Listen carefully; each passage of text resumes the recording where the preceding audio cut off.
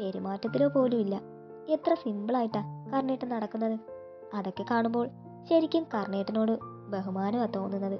ചിലപ്പോഴൊക്കെ തോന്നും വെറും പഞ്ചപാവമാണെന്ന്, ചിലപ്പോൾ തോന്നും മഹാദുഷ്ടനാണെന്ന്. ഇതുവരെ കർണേട്ടനെ ശരിക്കൊന്ന് മനസ്സിലാക്കാൻ പറ്റിയിട്ടില്ല എന്നുള്ളതാ സത്യം. അങ്ങനെ കർണേട്ടനെ മനസ്സിലാക്കാൻ ശ്രമിക്കും തോറും കർണേട്ടനോടുള്ള ഇഷ്ടം കൂടിക്കൂടി വരികയാ ചെയ്യുന്നത്. എത്ര ദേഷ്യം കാണിച്ചാലും ഏത് കോലത്തിൽ നടന്നാലും ആർക്കും വെറുക്കാൻ കഴിയാത്ത ഒരു വ്യക്തിത്വം, അതാണ് കർണേട്ടൻ. ഒരു വാക്കുകൊണ്ട് പോലും ആരും കർണേട്ടനെ കുറ്റപ്പെടുത്താത്തതിന്റെ കാരണവും ചിലപ്പോൾ അത് തന്നെയായിരിക്കും. ബാൽക്കണിയിൽ തൂക്കിയിരിക്കുന്ന ഊഞ്ഞാലിൽ ഇരുന്നു കൊണ്ടുള്ള കർണനെ കുറിച്ചുള്ള അവളുടെ ചിന്തയിൽ നിന്ന് അവളെ ഉണർത്തിയത് ചെറിയമ്മയായിരുന്നു. ഹലോ, എന്താ ഒരാലോചന? അവൾ പെട്ടെന്ന് ആ ഊഞ്ഞാലിൽ നിന്നും ചാടി എഴുന്നേറ്റു. ഞാൻ കുറെ നേരമായി ഇവിടെ വന്ന് നിൽക്കുന്നു. ആള് ഇവിടെയൊന്നും അല്ലായിരുന്നു എന്ന് തോന്നുന്നു. ഏയ്, ഞാൻ വെറുതെ വീട്ടിലെ കാര്യങ്ങൾ ഓർത്ത്. മോള് താഴേക്കിറങ്ങി വാ, അച്ഛമ്മ അന്വേഷിക്കുന്നുണ്ട്. പിന്നെ ചെറിയച്ഛന്മാരൊക്കെ എവിടെ പോയതാ ചെറിയമ്മേ? സ്റ്റെയർ ഇറങ്ങി താഴേക്ക് പോകുന്നതിനിടെ അവൾ ചോദിച്ചു. അവർ എവിടേക്കാ പോകുന്നതെന്ന് പറയാറില്ല. ചിലപ്പോ ജ്വല്ലറി ഷോപ്പിൽ പോയിട്ടുണ്ടാവും, അതുമല്ലെങ്കിൽ മില്ലിൽ കാണും. ഉച്ചയ്ക്ക് അവർ കഴിക്കാൻ പറ്റില്ലേ? വരും മോളെ. അത് എത്ര വൈകിയാലും ഇവിടെ അച്ഛനും അമ്മയ്ക്കും ഒപ്പമേ കഴിക്കാറുള്ളൂ. ചിലപ്പോ വല്യേട്ടനും കാണും. പിന്നെ മോൾക്ക് ഇവിടുത്തെ താമസമൊക്കെ ഇഷ്ടമായോ? പിന്നെ എനിക്ക് ഒരുപാട് ഇഷ്ടമായി. ഇവിടുന്ന് പോകാൻ തോന്നുന്നേയില്ല. അതിന് ആരാ പറഞ്ഞത് ഇവിടുന്ന് പോകാനെന്ന്? എത്ര നാൾ വേണമെങ്കിലും മോൾക്ക് ഇവിടെ താമസിക്കാലോ. ഇല്ല ചെറിയമ്മേ, എനിക്ക് പോണം. അതെന്ത് പറ്റി പെട്ടെന്ന്? കുറച്ചു ദിവസം കഴിഞ്ഞേ പോകുന്നുള്ളൂ എന്ന് പറഞ്ഞിട്ട്. എനിക്കെന്തോ അവിടെയുള്ളവരെയൊക്കെ കാണാതിരുന്നപ്പോൾ ഒരു വിഷമം പോലെ. അവിടെയുള്ളവരെയാണോ അതോ കർണനെയാണോ? അല്ല, എല്ലാവരെയും. മനസ്സിലായി. അങ്ങോട്ട് വന്നുകൊണ്ട് രാജി. എന്താ ശ്രീജെ, എന്താ രാധ പറയുന്നത്? അവൾക്ക് വീട്ടിൽ പോണമെന്ന്. അതെന്ത് പറ്റി രാധേ പെട്ടെന്ന്? വീട്ടിലുള്ളവരെ കാണാതിരുന്നപ്പോൾ കുട്ടിക്ക് വിഷമമാകുന്നെന്ന്. ആഹാ, ദേ, വീട്ടിലുള്ളവരെ കാണണമെന്ന് തോന്നിയപ്പോൾ തന്നെ 2 ഏട്ടത്തിമാരും എത്തിയല്ലോ. അപ്പോഴാണ് ദീപയും അഞ്ജനയും കൂടി അങ്ങോട്ട് കയറി വരുന്നത്. രാധയെ ചേർന്ന് നിന്ന് ചെറിയമ്മമാർ സ്നേഹത്തോടെ തഴുകിയും തലോടിയും സംസാരിക്കുന്നത് കണ്ടപ്പോൾ രണ്ടുപേരും, ഗോപിയേട്ടാ, കർണേട്ടൻ അറിയേണ്ട, ഞാനൊന്ന് വീഡിയോ കോൾ ചെയ്തോട്ടെ? കർണേട്ടൻ മുൻപിൽ നിന്ന് വലിയ ഗമയില് ആ വിവാഹമൊക്കെ നടത്തി കൊടുക്കുന്നത് ഒന്ന് കാണാനാ. അവൾ പറയുന്നതൊക്കെ കേട്ട് കർണൻ ഗോപിയേട്ടനെ തന്നെ നോക്കി. ഒന്നും മിണ്ടാതെ ഗോപിയേട്ടൻ ഫോൺ വെച്ചു. സദ്യയൊക്കെ കഴിഞ്ഞ് അവർ വേഗം അവിടെ നിന്നിറങ്ങി. ഈ സമയം ചെമ്പകമനയിൽ ആഹാരം കഴിക്കാൻ എല്ലാവരും ടേബിളിന് മുന്നിൽ വന്നിരുന്നു. രാധയും അവർക്കൊപ്പം ഉണ്ടായിരുന്നു. അവൾ എല്ലാവർക്കും ഒപ്പം ഇരുന്നത് ദീപയ്ക്കും അഞ്ജനയ്ക്കും തീരെ ഇഷ്ടമായില്ല. അവർ രണ്ടുപേരും ദേഷ്യത്തോടെ അവളെ നോക്കുന്നുണ്ടായിരുന്നു. അത് കണ്ടിട്ട് അവൾ വലിയ മൈൻഡ് വെക്കാൻ പോയില്ല. അച്ചമ്മയും ഒപ്പം ഉണ്ടായിരുന്നു. അച്ചമ്മ, എന്താ? ദീപയ്ക്കും അഞ്ജനയ്ക്കും ആഹാരമൊന്നും ഇഷ്ടമായില്ലെന്ന് തോന്നുന്നു. അഞ്ജന, അയ്യോ, ഞങ്ങൾക്ക് അങ്ങനെയൊന്നുമില്ല അച്ചമ്മേ. ചെറിയമ്മമാരുടെ കൈപുണ്യം ഞങ്ങൾക്ക് അറിയുന്നതല്ലേ.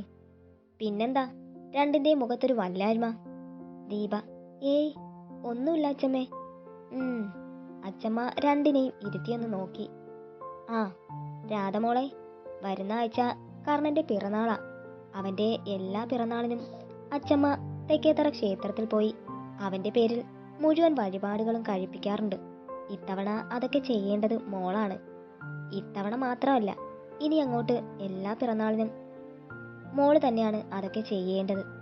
ആകാംക്ഷയോടെ അവൾ അതിന്, എന്നാ അച്ചമ്മേ കർണേട്ടന്റെ പിറന്നാള്?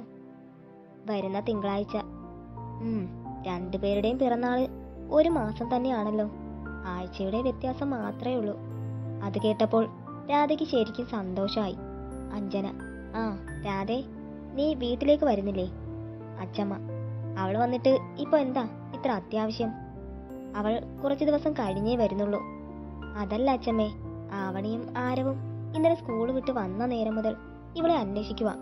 പഠിപ്പിക്കാൻ വിളിച്ചാൽ ചെറിയമ്മ പഠിപ്പിച്ചാൽ മതി എന്ന് പറഞ്ഞ് ഒറ്റ വാശിയിലായിരുന്നു 3 പേരും. ഇന്ന് രാവിലെ കൂടി ചോദിച്ചിട്ടാ സ്കൂളിലേക്ക് പോയേക്കുന്നത്, ചെറിയമ്മ ഇന്ന് വരില്ലേ എന്ന്.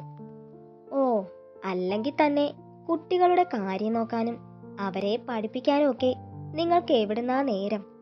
അത് കേട്ട് അഞ്ജനയും ദീപയും പരസ്പരം നോക്കി.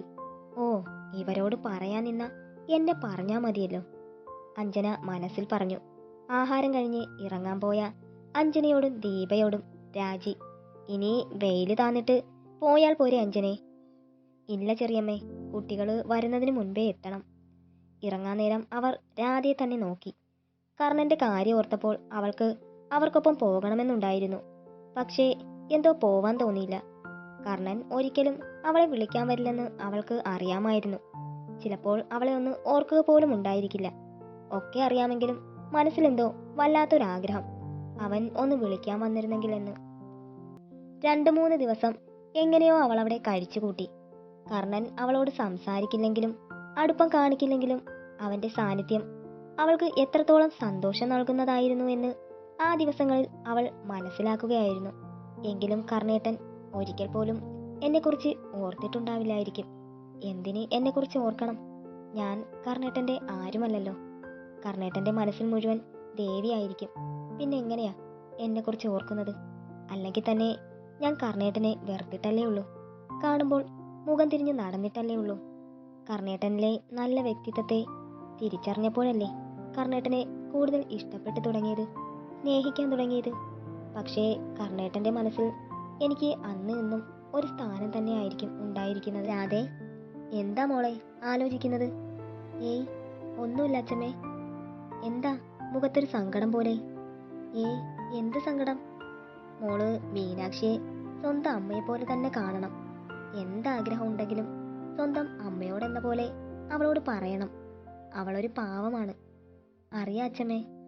പിന്നെ മോളുടെ ചെറിയമ്മ ഇതുവരെ മോളെ കാണാൻ അങ്ങോട്ട് വന്നില്ല എന്ന് മീനാക്ഷിയോട് ചോദിച്ചപ്പോൾ അവൾ പറഞ്ഞിരുന്നു. പെട്ടെന്ന് രാധയുടെ മുഖത്ത് സങ്കടം വന്ന് നിറഞ്ഞു. അച്ഛമ്മ, രാധേ, സങ്കടപ്പെടേണ്ട. മോളെ നിന്നെ സ്നേഹിക്കാനും ഇഷ്ടപ്പെടാനും ഒക്കെ ഇവിടെ ഒരുപാട് പേരുണ്ടല്ലോ. പിന്നെന്താ? എനിക്ക് അനിയത്തിമാരെയൊക്കെ ഒന്ന് കാണണമെന്ന് ആഗ്രഹമുണ്ട് അച്ഛമ്മേ. പക്ഷേ അവർ കുറേ പറഞ്ഞിട്ടും ചെറിയമ്മ അവരെ എന്നെ കാണാനൊന്ന് കൊണ്ടുവന്നിട്ടില്ല. പിന്നെ ചെറിയമ്മ അറിയാതെ ഇടയ്ക്കൊക്കെ അവർ എന്നെ ഫോൺ വിളിക്കാറുണ്ട്. പിന്നെ അച്ഛൻ 1-2 തവണ വന്നിരുന്നു എന്നെ കാണാൻ, അതും ചെറിയമ്മ അറിയാതെ. ആദ്യമൊക്കെ അവരൊക്കെ എന്നെ കാണാൻ വരാത്തതിൽ എനിക്ക് ഒരുപാട് സങ്കടം ഉണ്ടായിരുന്നു.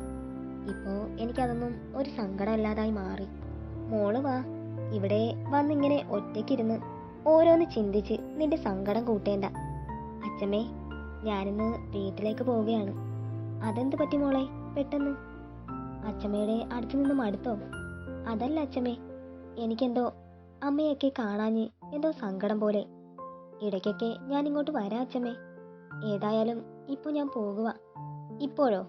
ഇപ്പോൾ എന്തായാലും വേണ്ട. ഊണൊക്കെ കഴിഞ്ഞ് വൈകുന്നേരം പോകാം.